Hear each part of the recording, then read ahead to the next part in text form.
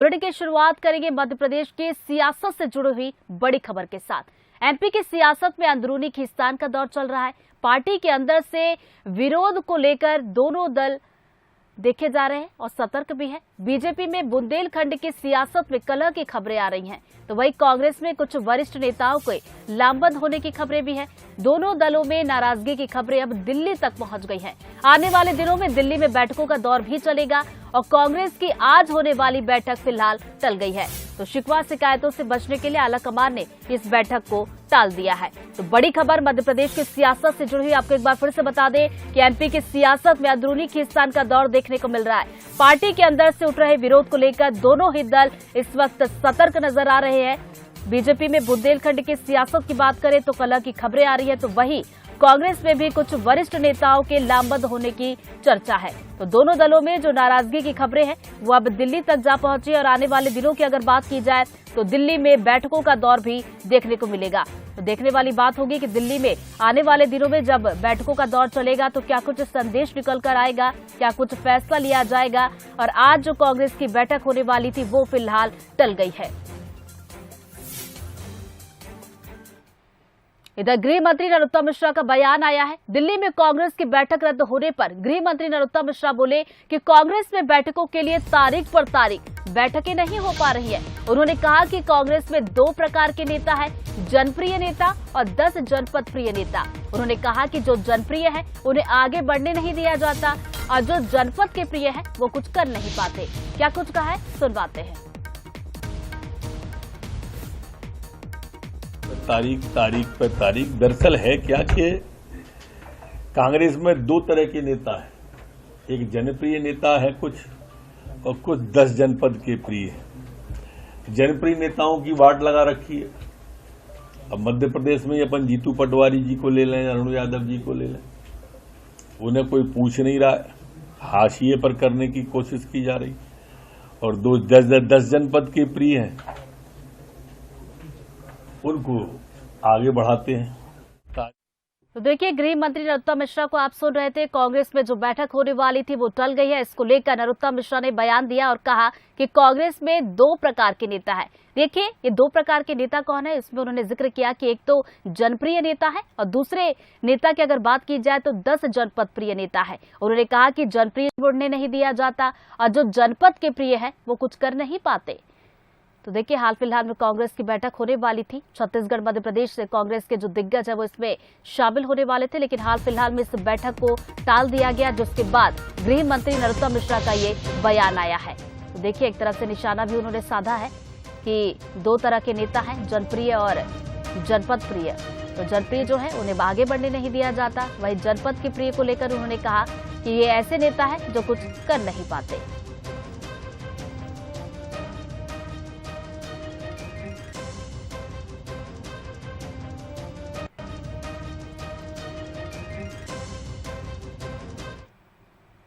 और देखिए, बैठक रद्द होने के बाद न केवल मध्य प्रदेश में बल्कि छत्तीसगढ़ में भी सियासत देखने को मिल रही है। दिल्ली में कांग्रेस की जो बैठक रद्द हुई है उसको लेकर सियासत कुछ इस तरह से देखने को मिल रही है कि पूर्व मंत्री अजय चंद्राकर ने खड़गे पर तंज कस दिया। कहा कि खड़गे जी चाहते हैं कि उनके 3-4 लोग मलाईदार विभाग में बैठे। खड़गे के लिए छत्तीसगढ़ का चुनाव अहम नहीं है। क्या कुछ कहा है सुनवाते हैं। खड़गे जी हैं कर्नाटक के, शिव कुमार जी नेता है, सिद्धरमैया जी नेता है, परमेश्वरन जी नेता है। खुद खड़गे जी चाहते हैं कि मैं मुख्यमंत्री जी नहीं बन पाया तो मेरे 3-4 चेले जो हैं मलाईदार विभाग में बैठे। उनके लिए महत्वपूर्ण वो है, महत्वपूर्ण छत्तीसगढ़ का चुनाव नहीं है, महत्वपूर्ण राजस्थान का चुनाव नहीं है। खड़गे जी हैं कर्नाटक के।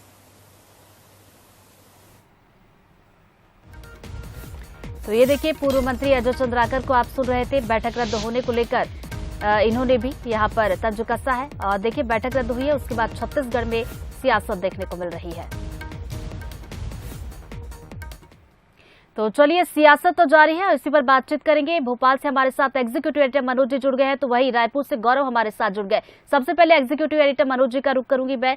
मनोज जी, देखिए, मध्य प्रदेश की राजनीति की अगर बात की जाए तो किस तरफ इशारा कर रही है? बुंदेलखंड की सियासत में कलह की खबरें आती हैं, बैठकें एक बार नहीं फिर से दोबारा टल गई है। क्या इसे समझा जाए? देखिए, दोनों ही पार्टियों की यदि हम बात करें तो इन दिनों चाहे भारतीय जनता पार्टी हो या कांग्रेस, बुंदेलखंड का मसला आया, उसके बाद काफी गर्माहट दिखी भारतीय जनता पार्टी के भीतर। लेकिन बीजेपी भी ये समझती है कि समय से पहले चीजों को ठीक करना जरूरी है और समन्वय की जरूरत है। इसलिए वरिष्ठ नेता आते हैं, रात में ही बात हो जाती है। इस वक्त जब मैं आपसे बात कर रहा हूं तब भी वरिष्ठ नेता चाहे मुरलीधर राव हो, बीडी शर्मा हो, हितानंद जी हो, तमाम सारे लोग एक बैठक कर रहे हैं। तो ये सब ये समझ पा रहे हैं या समझाने का प्रयास किया जा रहा है कि 2023 के पहले जितना जो कुछ होना है वो हो जाए। समय बहुत कम है। दिल्ली में भी तमाम सारे नेता पहुंचने वाले हैं क्योंकि वहां सेंट्रल विस्टा का शुभारंभ होने वाला, प्रधानमंत्री करने वाले हैं।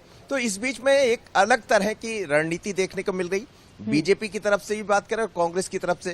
कांग्रेस में हमने देखा कि दिल्ली में बड़ी बैठक थी, पहले 24 को होना होता है, फिर वो 26 को हो जाती है, लेकिन टल जाती है। टलने के पीछे वजह जो सामने आ रही है रणनीतिक तौर पर, तो वो ये कहा जा रहा है कि अभी कांग्रेस भी फूंक फूंक का कदम रख रही, किसी विवाद में नहीं पड़ना चाहती है।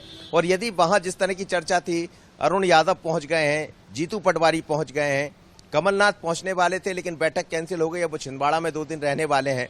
पर इसमें कुछ ना कुछ ये जरूर कहा जा सकता है कि कांग्रेस किसी विवाद को न पड़ते हुए बल्कि बेहतर तरीके से आगे बढ़ना चाहती है और एक ऐसा मैसेज देना चाहती है जैसा कर्नाटक में मैसेज दिया कि हमारे भीतर हम सब एक हैं। यदि आज बैठक होती तो जो खबरें आ रही थी उसमें कई तरह के बड़े निर्णय हो सकते थे जिसका असर कांग्रेस के भीतर ठीक नहीं पड़ता। और ऐसा भी कहा जा रहा है कि नाथ का भी इसमें हस्तक्षेप रहा है और कमलनाथ जब तब ये बता पाने में सफल भी हो जाते हैं कि हम एक अलग रणनीति की तरफ बढ़ रहे हैं, दिग्विजय सिंह इसमें सफल हो जाते हैं।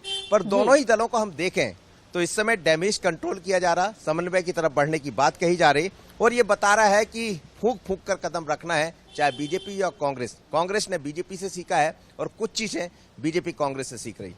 बिल्कुल।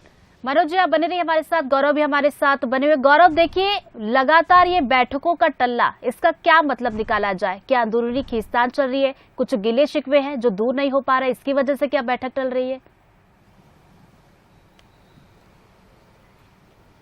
जी बिल्कुल, देखिए छत्तीसगढ़ की यदि मैं राजनीति की बात करूं तो कांग्रेस की बैठक, अहम बैठक दिल्ली में होने वाली थी और राष्ट्रीय अध्यक्ष मल्लिकार्जुन खड़गे बैठक लेने वाले थे और एक बार नहीं, 2 बार नहीं, 3 बार ये बैठक जो है वो टली है। तो कहीं ना कहीं इसे लेकर विपक्ष जो है वो सरकार के ऊपर, कांग्रेस के ऊपर हमलावर नजर आ रहा है और साफ तौर पर विपक्ष का कहना है कि मल्लिकार्जुन खड़गे जो कर्नाटक से आते हैं वो कर्नाटक के मुख्यमंत्री नहीं बन पाए, इसलिए उन्होंने अपने 3 जो उनके पसंदीदा नेता है उन्हें मलाईदार पद में रखा है और इसी के लिए वो छत्तीसगढ़ में फोकस नहीं कर रहे हैं। जो अभी बीच में आनन फानन में यदि हम बात करें, जो प्रदेश प्रभारी है वो पहुंची थी और एक दिन भर की बैठक चली थी और कई सारी बातें इसमें निकल कर आई थी, चाहे वो मंत्रिमंडल के में बदलने की बात की जाए या फिर प्रदेश अध्यक्ष बदलाव की बात की जाए।